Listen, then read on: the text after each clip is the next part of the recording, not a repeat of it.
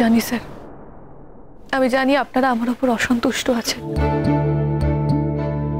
আমি যা করেছি তখন আমার জ্ঞান ছিল না। আপনারা সেটা কেন বুঝতে পারছেন না? আমি অজ্ঞানত অবস্থায় ভুল করেছি। তারপরে আমার জ্ঞান যখন ফিরেছে তখন আমি জানতে পেরেছি শঙ্খ বিপদে পড়েছে। আমি এক মুহূর্ত নষ্ট করিনি, আমি শঙ্খর কাছে চলে এসেছি। কিন্তু এখানে এসে আমি ওকে ডাক্তার দেখাতে পারছি না। এটা কেমন নিয়ম যে একটা মানুষ অসুস্থ হলে তাকে ডাক্তার দেখানো যাবে না? দেখো, ও অসুস্থ, ওর নাকি কোনো কিছু মনে নেই, তাই আমাদের সেসব কথা জানা সম্ভব নয়। তাই আমাদের সবাইকে অপেক্ষা করতে হবে, যাতে ওর নিজের থেকে সবকিছু মনে পড়ে যায়। নিজের থেকে সবকিছু কেন মনে পড়বে? ওকে ট্রিটমেন্টের মধ্যে রাখতে হবে। আপনি সেটা কেন বুঝতে চাইছেন না? ট্রিটমেন্ট যদি করাতে হয় সেটা আমরা করাবো। উনি যখন এখানে আছেন তখন আপনাদেরকে সেটা নিয়ে ভাবতে হবে না। কেন ভাবতে হবে না? আমি ওর ওয়াইফ, আমি ভাববো না তো কি আপনারা ভাববেন? যদি ওয়াইফই হতে তাহলে মানুষটাকে একা ছেড়ে দিয়েছিলে কেন? কেন ধরে রাখ? এত কথার উত্তর আমি আপনাকে দিতে চাই না।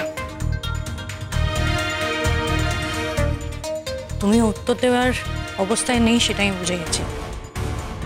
বাবুজি খুব দয়ালু মানুষ, তাই তোমাকে থাকতে দিয়েছে, নইলে তোমার এখানে থাকার কোনো কথা না। শঙ্খ তোমারই সামনে তোমার স্ত্রীকে, তোমার বাবাকে, আমাদের প্রত্যেককে অপমান করছে, আর তুমি একটা কথা বলছো না, চুপ করে আছো।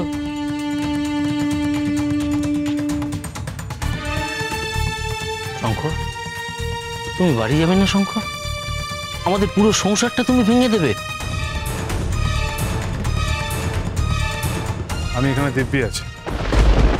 শঙ্খ, তুমি হয়তো এখানে দিব্যি আছো, কিন্তু বাড়িতে গেলে তুমি আরো ভালো থাকবে শঙ্খ, কাজের মধ্যে থাকবে। আমাদের বিশ্বাস করে, আমাদের ভরসা করে প্লিজ তুমি বাড়ি চলো শঙ্খ। দেখো, আমরা তোমার নিজের লোক। নিজের লোক না হলে কেউ কাউকে এইভাবে ফিরিয়ে নিয়ে যেতে চায় না। তোমার চিকিৎসার প্রয়োজন আছে। চিকিৎসা হলে তোমার স্মৃতিশক্তি ফিরে আসবে শঙ্খ। প্লিজ প্লিজ তুমি আমাদের সাথে চলো, প্লিজ চলো। বলছি তো আমার ভালো লাগছে না তখন থেকে। আমার খুব টায়ার্ড লাগছে, আমার এত কথা ভালো লাগছে না। আমি এখান থেকে যাব। আর এক মিনিটও আমি আপনাদের কাউকে ওর কোনো ক্ষতি করতে দেবো না। অনেক চাপ হয়ে যাচ্ছে, আর চাপ বাড়াবেন না ওর ওপর। মা, ওকে নিয়ে ঘরে যাও। এসো। আপনারা চাইলে আজ আশ্রমে থেকে যেতে পারেন।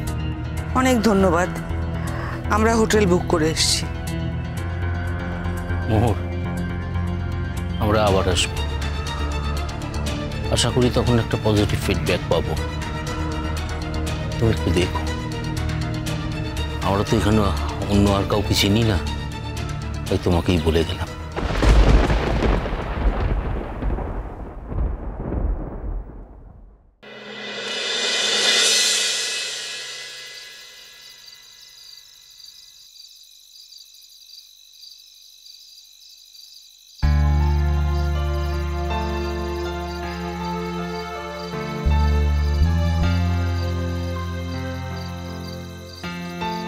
আমি জানতাম আজ রাতে তুমি আমার ঘরে আসবে।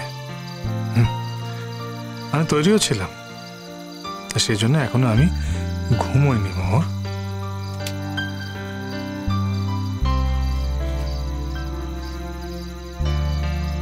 কে?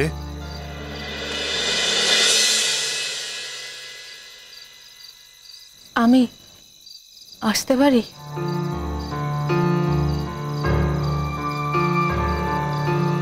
দেখি, এত রাতে আপনি এখানে? আপনার কি কোনো মান জ্ঞান নেই নাকি? আপনার তো একটা ইমপ্রেশন আছে এই আশ্রম। শঙ্খ, আমার এই আশ্রমে যাই ইমপ্রেশন থাক, আমার তাতে কিচ্ছু এসে যায় না, কারণ আমি তো জানি আমি কে, আমি কি। হ্যাঁ, যেটা আর তো কেউ জানে না। আমার বিশ্বাস তুমিও জানো শঙ্খ। আমি কি করে জানি? শঙ্খ, তুমি কি আমার উপর কোনোভাবে প্রতিশোধ নিচ্ছ? না, আমি আপনার উপর প্রতিশোধ নিতে যাব কেন বলুন তো? না, আপনি কে? আমি তো আপনাকে ঠিকমতো চিনি না, আর যাকে আমি চিনি না তার প্রতি আমি প্রতিশোধ নিতে যাব কেন? আমি তো সেটাই বুঝতে পারছি না। চেনো শঙ্খ, তুমি আমাকে চেনো, আমাকে ভোলা তোমার পক্ষে সম্ভব না। কি মুশকিল! আমি তো বলছি আমি আপনাকে চিনি না, আমার স্মৃতিশক্তি বিলুপ্ত হয়েছে, আমি আপনাকে চিনতে পারছি না। তোমার স্মৃতি হারায়নি শঙ্খ। মানে? না না, আমি তো কিছু বুঝতে পারছি না। এই যে এত লোকজন এখানে আসছে, তারা তারা বারবার এসে আমাকে তাদের পরিচয় দিচ্ছে, তারা আমাকে চেনার চেষ্টা করছে, চেনানোর চেষ্টা করছে, আমি তো তাদেরকে চিনতে পারছি না। এটা স্মৃতিশক্তি না হারালে হয়? আমার স্মৃতিশক্তি হারিয়ে গেছে, তাই জন্যই তো আমি বলছি। শঙ্খ, আমি বলছি তোমার স্মৃতি হারায়নি। তুমি তুমি আমার উপর অভিমান করে চলে এসেছো, তাই তুমি প্রতিশোধ নিচ্ছ। সেই আমি আপনার উপর প্রতিশোধ নিচ্ছি। কেন আপনি বারবার একই কথা বলছেন? না না, আপনি কি উন্মাদ হয়ে গেছেন? এরকম বালিকা সুলভ কথাবার্তা কেন বলছেন আপনি? কেন বলছেন বালিকা সুলভ কথাবার্তা?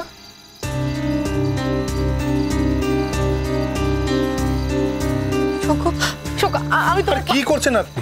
আমি তোমার পায়ে পড়ছি, হাত জোর করছি শঙ্খ, তুমি ফিরে চলো।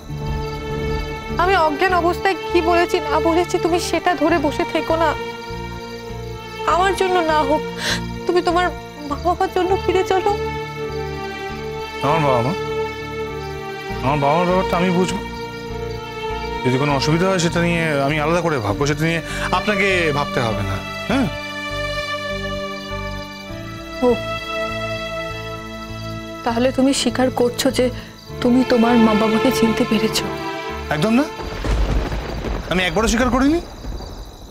শঙ্খ, স্বীকার করার কোনো প্রয়োজন নেই, অন্তত আমার কাছে স্বীকার করার কোনো প্রয়োজন নেই।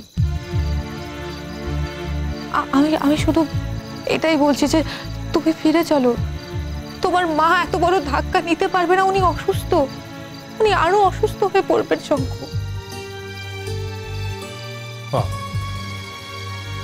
দেখছি মায়ের থেকে মাসির দরদ বেশি হয়ে যাচ্ছে কখনো কখনো। শঙ্খ, কে মা কে মাসি সেটাই যখন ঠিক নেই, তখন এই প্রসঙ্গে কথা বলে কোনো লাভ নেই। আমি এত রাতে তোমাকে একটা কথাই বলতে এসেছি, তুমি প্লিজ ফিরে চলো শঙ্খ। আমি তোমার জীবনে কোথাও থাকবো না,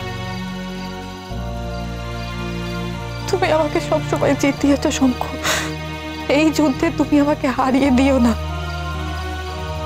প্লিজ প্লিজ তুমি ফিরে চলো শঙ্খ, ফিরে চলো।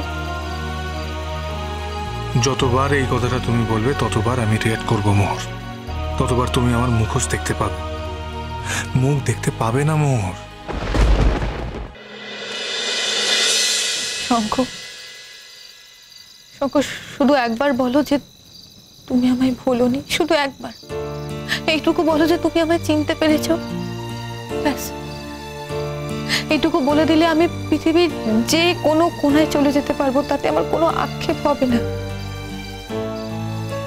তাতে কি তাতে কি আপনার সত্যি কিছু এসে যায়? এসে যায় শঙ্খ, সত্যি আমার কিছু এসে যায়। তাই নাকি? তা আপনি যে এত রাতে এখানে এলেন, যদি কেউ দেখে নিত? আপনি তো নিজের বদনাম করছেন, সঙ্গে আমারও বদনাম করে ফেলছেন। যদি কেউ দেখতো তাহলে আমার কোনো সম্মান থাকতো কি? কোনো সম্মান থাকতো না, আপনারও কোনো সম্মান থাকতো না। আই ডোন্ট কেয়ার শঙ্খ, কেউ আমাকে যদি দেখতো, যদি আমার কেউ বদনাম করে, তাতে আমার কিচ্ছু সত্যি এসে যায় না। কারণ আমি জানি আমি যার কাছে এসেছি সে আমার স্বামী, সে আমার ইহকাল, সে আমার পরকাল। তাই নাকি? হ্যাঁ শঙ্খ, হ্যাঁ শঙ্খ, তাই। আর আমি জানি কেউ যদি আমাকে অনুসরণ করে সে অরুন্ধতী। আমি তার চোখে তোমার প্রতি অনুরাগ দেখেছি শঙ্খ। অনুরাগের চোখ দেখলেই বোঝা যায়।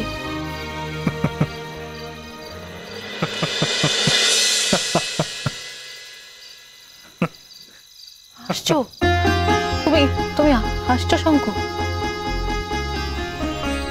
তুমি হয়তো এখন এই বিষয়টা বুঝতে পারছো না, কিংবা বুঝেও গুরুত্ব দিচ্ছ না, কিন্তু আমি তো একটা মেয়ে। আমি একটা মেয়ে হয়ে অন্য একজন মেয়ের চোখ চিনতে ভুল করবো না শঙ্খ।